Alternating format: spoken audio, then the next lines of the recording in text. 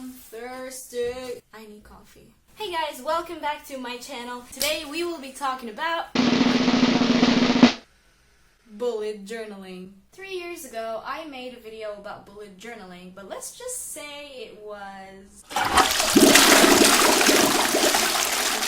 bad.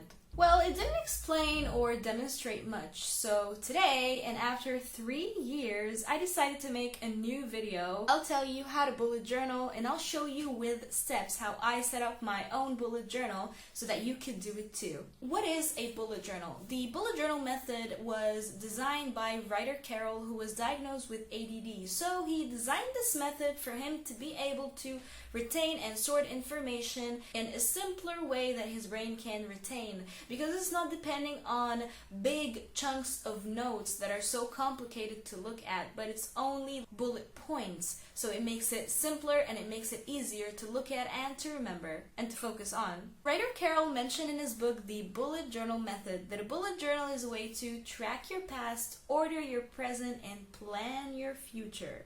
Awesome. So it's not really a magic recipe, but it works for a lot of people, and it has many benefits. Let me just tell you some. First and foremost, the bullet journal helps you be more organized. Instead of having a couple of sticky notes on your laptop, maybe 2 reminders on your phone, and scattered notes here and there, you're keeping all your tasks and chores in one reliable notebook that you're more likely to come back to and look at. The second thing is that, at least for me, it helps me get things done. There is a method called the migration method in the bullet journal. So even, for example, if you have a task that is not done yet, you can migrate it to the next day, the next month, or the next spread in general. So you don't just leave a task, you have to finish it. The third thing is that the bullet journal somehow works like a diary. You can express your feelings, you can express your emotions, and also your great ideas instead of just thinking of them and then letting them go. The fourth thing is that it motivates goal accomplishments. There are a lot of trackers for habits and for goals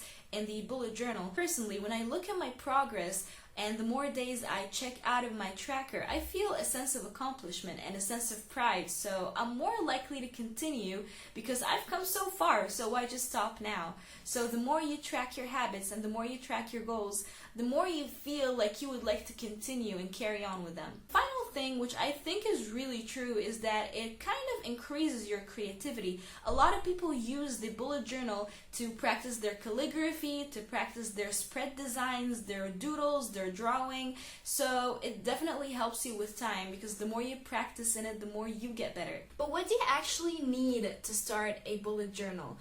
Well, honestly, if you have a notebook and a pen, then you're just good to go. But some people like to be a little more decorative, so they use highlighters, they use colored pens, they use colored markers, some of them use washi tapes, and a lot love to use stickers, and a lot more. It's your journal, your decision.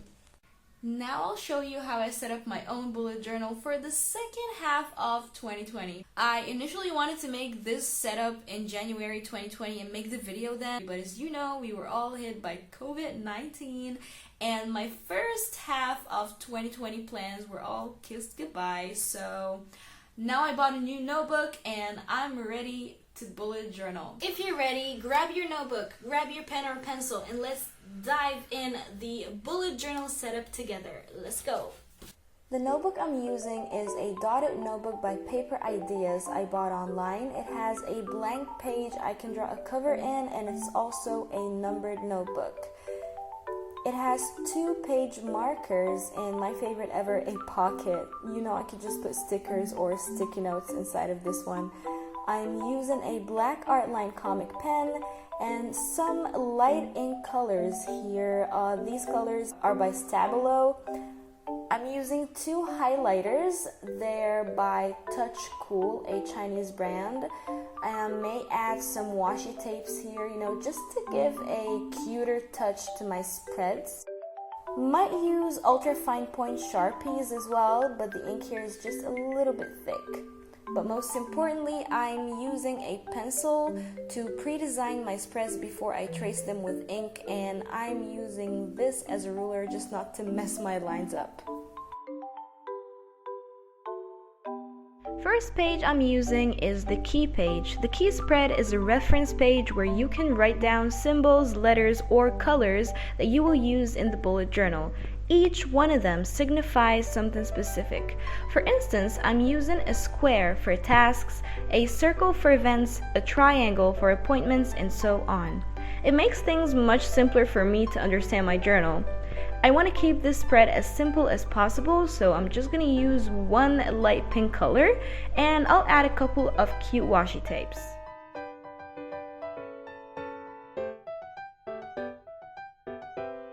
In the next couple of pages, I'll be having my annual spread where you can write all the months of the year as an overview. In my case, I'll start from May.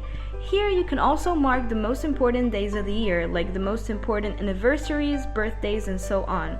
For these 2 pages, I'll be using a simple blue theme. And in the facing page, I will have the goals, which are things I can and must achieve by the end of the year, and the dreams, which are things that I most probably cannot achieve right now, but I still will try achieving. I keep my goals personal, so I'm sorry for blurring them, but let me expose one of them, which is starting to study Spanish. Now I'll be having my monthly spread, and in this case it's May. Here we can write down all the days of the month and mark the most important days of this exact month. So it's more detailed than an annual spread. You can mark important birthdays, anniversaries, special days off, events, and everything. Here I also have a to-do list which has goals I must achieve this month specifically. I'll migrate 2 of the annual goals which I have that are in private, and I'll add some more later. As you can see, I also added a gratitude jar where I can write a list of all the things I'm grateful for this month, to remember being more thankful, of course. This spread will be a little bit brighter. It has a bright theme with doodles, so it's gonna be so fun to make. The next spread is the month habit tracker. I simply track things I want to commit to throughout the entire month. I'll add some habits now and add some more later tonight. You can see things I care about the most and care about committing to the most, like yoga, hydration, studying. I'll also add music practice later tonight. I simply shade the days I complete and cross the ones I miss. Hopefully I'll complete them all. And as you can see, I chose a very simple theme, which is just pink. The next 2 pages are more money related for this month. One is a buy list, which is obviously a list of the things I need and can't afford buying this month, not to forget them. And the opposite page has my spending day-to-day tracker. Here I set my budget, set a spending limit, and the total earning. The theme here is also very colorful and it has cute doodles, which is nice.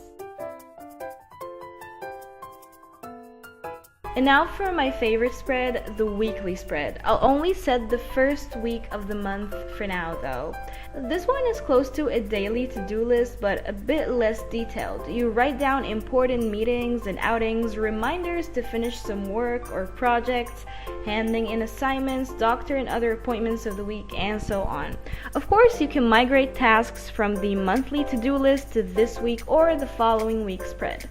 For more details, I have a tiny notebook for a daily to-do list. I set a cute pinkish plant theme here so that the bright colors wouldn't distract me, as this spread will be the spread I will look at the most throughout the month. These were the spreads that I need so far for the second half of 2020, and for May specifically. Of course, I'll be adding more information to the existing spreads, and I'll be adding more spreads if I need to. So why don't we just take a look at the final result and see how it turned out. Okay, so let's go for a quick flip through. When it comes to the cover page, I will color this one and show you the result later. That would be cool. And if you would like to start your own bullet journal, you can use the spreads that I used in this video as a starter, or you can even think about the spreads that you would like to personally use. You can come up with new ideas. There are a lot of things that you can write a spread about, like diet plan, fitness plan, hair or skincare routine spread, mood tracker, weather tracker, books to read, movies to watch, places to visit, accomplishment spread, and much more.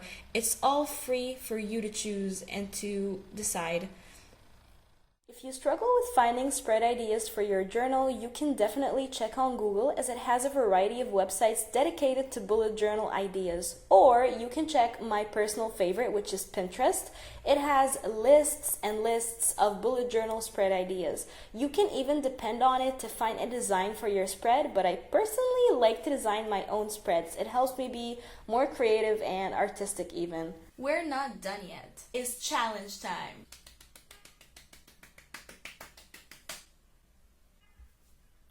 Starting a bullet journal is a very beneficial step, especially if you would like to get your life back on track. Quite literally. I encourage you to start bullet journaling right now. As a matter of fact, I challenge you to go get a notebook, any pen, and start your own bullet journal setup. And when you're done, even with 2 spreads, take a couple of pictures, post them online on Facebook or on Instagram. Post them under the hashtag Daisy Bullet Journal Challenge. I'll check your bullet journal spreads and I will post them on my Instagram story, and the best bullet journal spread will be featured in my next video. That was it for today's video, my friends. Please give this video a thumbs up and share it to everyone, because you and I know that everybody has things to be done and tasks, and a bullet journal could really come in handy when it comes to this. Subscribe to the channel and help me reach the 200 subscribers milestone so that I could post my new Yoga Flow video. Thank you so much for watching, and I'll see you when I see you. Goodbye!